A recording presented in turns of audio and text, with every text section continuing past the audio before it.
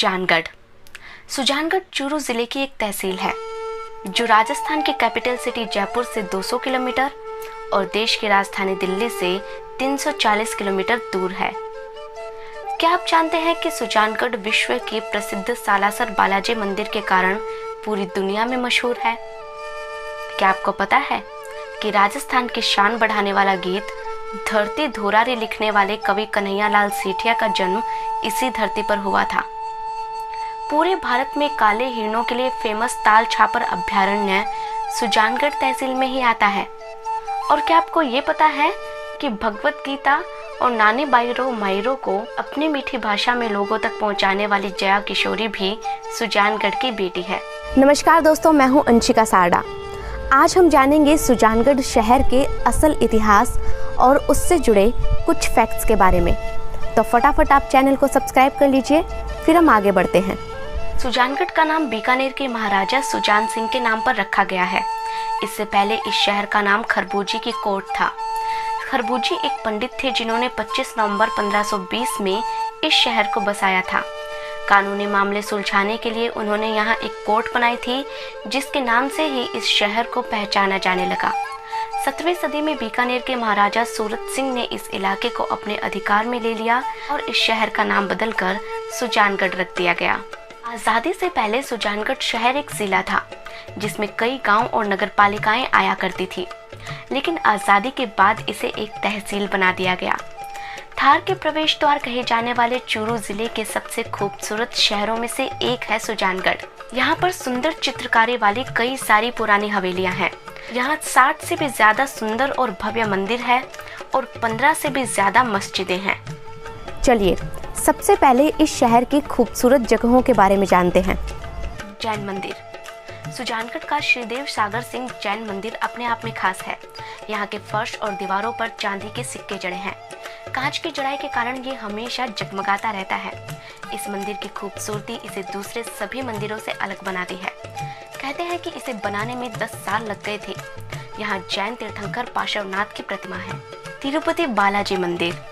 दक्षिण भारत में तिरुपति बालाजी मंदिर की तर्ज पर ही इस मंदिर को बनाना शुरू किया गया। 2 साल में ये हूबहू तिरुपति मंदिर जैसा बनकर तैयार हो गया था। ये राजस्थान के सबसे खूबसूरत मंदिरों में से एक है। इसका उद्घाटन पूर्व राष्ट्रपति भैरव सिंह शेखावत ने किया था। सोहनलाल जाजोदिया का बनाया हुआ ये मंदिर सुजानगढ़ की शान है।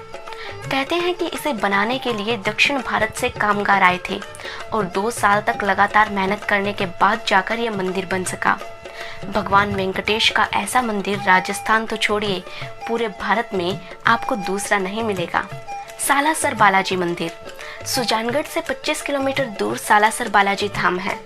इस मंदिर में भगवान बजरंगबली की दाढ़ी मूंछ वाली मूर्ति है। कहते हैं कि दाढ़ी मूंछ के साथ हनुमान जी की ये एकमात्र मूर्ति है।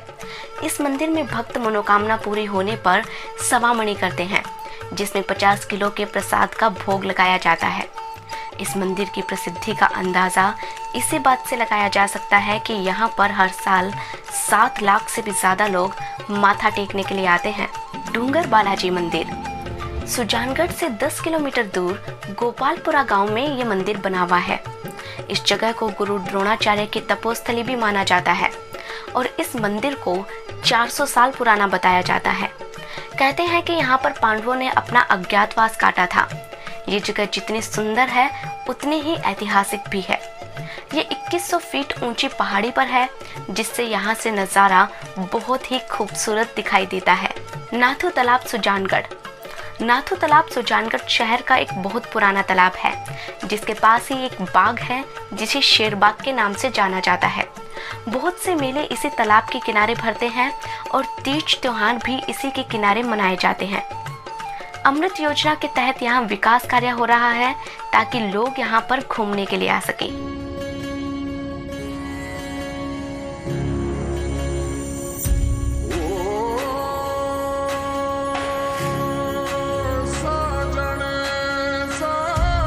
सुजानगढ़ के इतिहास के बारे में एक कहानी भी कही जाती है। कहते हैं कि डीडवाना के मोलासर गांव के पास साल 1533 में गुलेरिया परिवार के 2 भाई रहा करते थे, जिनकी अपने गांव के ठाकुर से अनबन हो गई और उन्हें गांव छोड़ना पड़ा। वो बीकानेर रियासत में इसी जगह आकर बस गए जहाँ पर आज सुजानगढ़ बसा है। अब उनके गांव को गुलेरिया की ढाणी कहा जाने लगा। कुछ और गांवों के लोग डाकुओं से तंग होकर वहीं आकर बस गए और वक्त के साथ इस जगह के नाम बदलते गए और फिर ये बना सुजानगढ़। आज सुजानगढ़ शहर एक नगरपालिका और विधानसभा क्षेत्र है। सुजानगढ़ की खूबसूरत हवेलियां और लजीज राजस्थानी खाना आपको बहुत अच्छा लगेगा। यहाँ पर गणगौर का त्योहार और मकर संक्रांति की पतंगबाजी के साथ ही होली का त्योहार भी शानदार तरीके से मनाया जाता है। इस शहर में 60 फोर्ड है। कनेक्टिविटी की बात करें तो कनेक्टिविटी काफ़ी अच्छी है। ये शहर बस और रेल मार्ग से बिल्कुल अच्छी तरह से जुड़ा हुआ है। यहाँ से बीकानेर, दिल्ली, जयपुर, जोधपुर और कई बड़े शहरों के लिए ट्रेन चलती है। इस शहर में एक घंटाघर है और सुव्यवस्थित बाजार हैं। कई सारे बड़े बड़े स्कूल, कॉलेज और कोचिंग यहाँ हैं। घूमने फिरने के लिए कई सारे पार्क और गार्डन बने हैं। सुजानगढ़ के प्रमुख गांवों की बात करें तो छापर, लाडनू, भीमसर, सालासर, गनौर और मलसीसर आते हैं। गांव के लोग आमतौर पर खेती और पशुपालन करते हैं। बारिश के पानी के अलावा यहाँ ट्यूबवेल से भी सिंचाई होती है। ये शहर जिला मुख्यालय चूरू से 100 किलोमीटर दूर है। थार रेगिस्तान में होने की वजह से यहाँ की जलवायु उष्ण है और गर्मी में यहाँ भयानक गर्मी और सर्दी में यहाँ भयानक ठंड पड़ती है। ये शहर हनुमानगढ़ किशनगढ़ मेगा हाईवे और अम्बाला पाली नेशनल हाईवे यानी कि NH 65 पर स्थित है। यहाँ की आबादी तेजी से बढ़ रही है और इसी विस्तार के कारण सुजानगढ़ को आने वाले समय में जिला भी बनाया जा सकता है। तो दोस्तों, ये थी सुजानगढ़ के इतिहास और वर्तमान की एक झलक। ये रिपोर्ट आपको कैसे लगी और आप हमें कहाँ से देख रहे हैं, हमें कमेंट सेक्शन में ज़रूर बताएं। ये रिपोर्ट अगर आपको पसंद आई हो तो हमारे चैनल को याद से सब्सक्राइब कर लें। अगला इतिहास आप कहाँ का देखना चाहते हैं ये भी हमें ज़रूर बताएं। ये रिपोर्ट अगर पसंद आई हो तो हमारे चैनल को याद से सब्सक्राइब कर लें। धन्यवाद।